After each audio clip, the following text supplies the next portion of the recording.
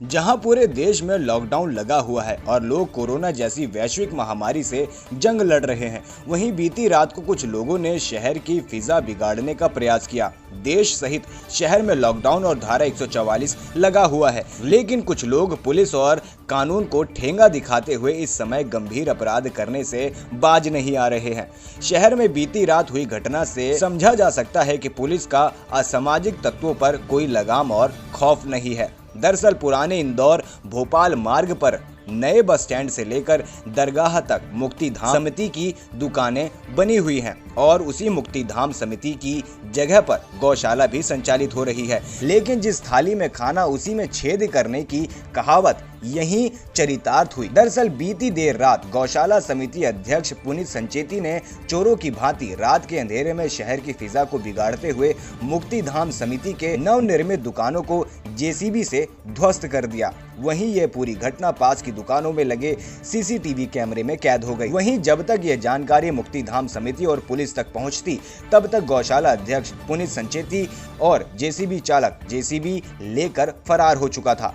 वहीं कुछ देर बाद जब दुकान को जेसीबी से ध्वस्त करने की जानकारी मुक्तिधाम समिति अध्यक्ष अनोखी लाल खंडेलवाल तक पहुंची तो तत्काल समिति के सदस्यों के साथ घटना स्थल पहुंचकर पुलिस को सूचना दी। वहीं आक्रोशित मुक्तिधाम समिति अध्यक्ष अनोखी लाल खंडेलवाल और हिंदू उत्सव समिति अध्यक्ष रूपेश राठौर हिंदू समाज के लोगों के साथ आधी रात को थाने पहुंचे। वहीं पुलिस ने मामले को गंभीरता से भांपते हुए मुक्तिधाम समिति अध्यक्ष अनोखी लाल खंडेलवाल की शिकायत पर गौशाला अध्यक्ष पुनीत संचेती, पिता दिलीप कुमार संचेती निवासी शक्तिनगर, वहीं नितिन सुराणा पर 427, 294, 506 और 34 के तहत मामला दर्ज किया है। वहीं जेसीबी मशीन से दुकान तोड़ने के बाद गौशाला अध्यक्ष पुनीत संचेती और जेसीबी मशीन सहित चालक मौके से फरार हो गए हैं। वहीं इस पूरी घटना से हिंदू समाज की धरोहर मुक्तिधाम की दुकान पर जेसीबी से किए गए हमले से हिंदू समाज में आक्रोश व्याप्त है। मुक्तिधाम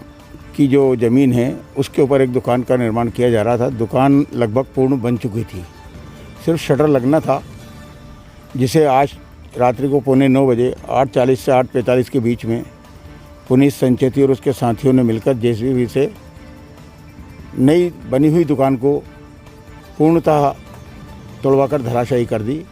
उसकी शिकायत हमने थाना आष्टा में नामजद पुनीत संचेती की है। क्या कारण है? कारण वो ये चाहते कि गौशाला की ज़मीन, जबकि गौशाला की ज़मीन नहीं, वो पूरी ज़मीन बाहर भीतर अंदर जो भी है वो पूरी मरघट की ज़मीन है और मरघट की ज़मीन को वो अपने व्यक्तिगत स्वार्थ के लिए उसको हथियाना चाहते हैं। जबकि वो आष्टा नगर का जो पूरा नगर है उसका एक ही शमशान है और पूरा आष्टा के लोगों का दाह संस्कार वहीं होता है, बच्चों को भी गाड़ा जाता है। और उसकी एक समिति आष्टा नगर के समस्त हिंदू समाज ने बना करके हमें 10 साल से सौंप रखी है। 2010-11 में हमको अध्यक्ष बनाया था, जब से मैं उसका संचालन कर रहा हूँ। और उसी के किराए से आष्टा की शमशान घाट की व्यवस्था देखी जाती है। शासन, नगरपालिका, प्रदेश स्तर पे या किसी के भी द्वारा आज तक हमें किसी प्रकार का आर्थिक सहयोग नहीं मिला है। छोटा मोटा हम किराया वसूलते हैं और उससे ही दाह संस्कार, साफ सफाई, पूजा अर्चना, लकड़ी कंडे सारी व्यवस्था करते हैं। जिसमें शासन की ओर से भी कुछ लावारिस लाश आती है उसको जलाते हैं, कुछ गरीब गुरुओं की लाश आती है उनको फ्री जलाते हैं। ऐसे साल भर में 30 से 35 लाशों का निःशुल्क दाह संस्कार होता है और बाकी का सब आय व्यय और पूरा हिसाब समिति के पास है। और उसका संचालन हिंदू समाज ने जो समिति बनाई है, मोक्षधाम शमशान घाट समिति आष्टा के नाम से इंदौर भोपाल रोड के ऊपर वो स्थित है और पूरी समिति मिलकर उसका संचालन कर रहे हैं। समिति के निर्णय के अनुसार दुकान बनी, जिन्हें पुनीत संचेती और उनके गौशाला वाले जो भी लोग होंगे उन सब ने मिलकर के उसको दुकान को आज रात्रि में चोरों की तरह आके 9:15 बजे रात को उन्हें दुकान तोड़वाई। जैसे ही हमें मालूम पड़ा हम गए, प्रशासन को सूचित किया और प्रशासन के कहने पे हमने एक आष्टा थाने में रिपोर्ट दर्ज कराई। जिस मुक्तिधाम जो जगह स्थान है वहाँ पे गौशाला जो संचालित, उसी गौशाला के वो अध्यक्ष हैं। क्या हम गौशाला से कोई शुल्क ले रहे हैं या फिर उनको जगह हमने दान किए? ना तो हमने दान किए, ना हमने आज तक गौशाला से एक पैसा लिया है। और गौशाला पे उनका कोई अधिकार नहीं, सिर्फ उनको गौ को पालने के लिए, संचालन करने के लिए उनको टेम्परेरी जगह दे रखी है। जगह पूरी मरघट और आष्टा के हिंदू समाज की है। क्या वो गौशाला गौ संवर्धन बोर्ड से रजिस्टर्ड है? हमारी जानकारी में नहीं, लेकिन रजिस्टर्ड नहीं है। नॉर्मल रजिस्ट्रेशन भी नहीं है उसका। तो जब इतना बड़ा गौशाला के अध्यक्ष ने इतना बड़ा आज जो हिंदू समाज के प्रधान करता वो किया है, उसको लेकर क्या मुक्तिधाम समिति कोई बड़ा डिसीजन लेगी उसको लेकर, गौशाला को लेकर? अब हमने अब प्रथम दृष्टया रिपोर्ट दर्ज कराई है, आगे शासन क्या निर्णय उस पर लेता है। फिर समाज की एक मुक्तिधाम समिति की बैठक हम लॉकडाउन 17 को ख़त्म होगा उसके बाद बुलाएंगे और उसमें ये सारी बात समाज के बीच में रखेंगे। क्योंकि मेरे को भी जो अध्यक्ष बनाया है वो समाज के ही लोगों ने बनाया, कोई मैं व्यक्तिगत अपने घर से बन के नहीं गया हूँ। और सभी समाज के लोग उसमें सम्मिलित हैं जिनके द्वारा मोक्षधाम शमशान घाट समिति का संचालन होता है। लगभग पूर्ण बन चुकी थी, सिर्फ शटर लगना था, जिसे आज रात्रि को 9:15 बजे 8:40 से 8:45 के बीच में पुनीत संचेती और उसके साथियों ने मिलकर जेसीबी से नई बनी हुई दुकान को पूर्णतः तोड़वाकर धराशायी कर दी। उसकी शिकायत हमने थाना आष्टा में नामजद पुनीत संचेती की है।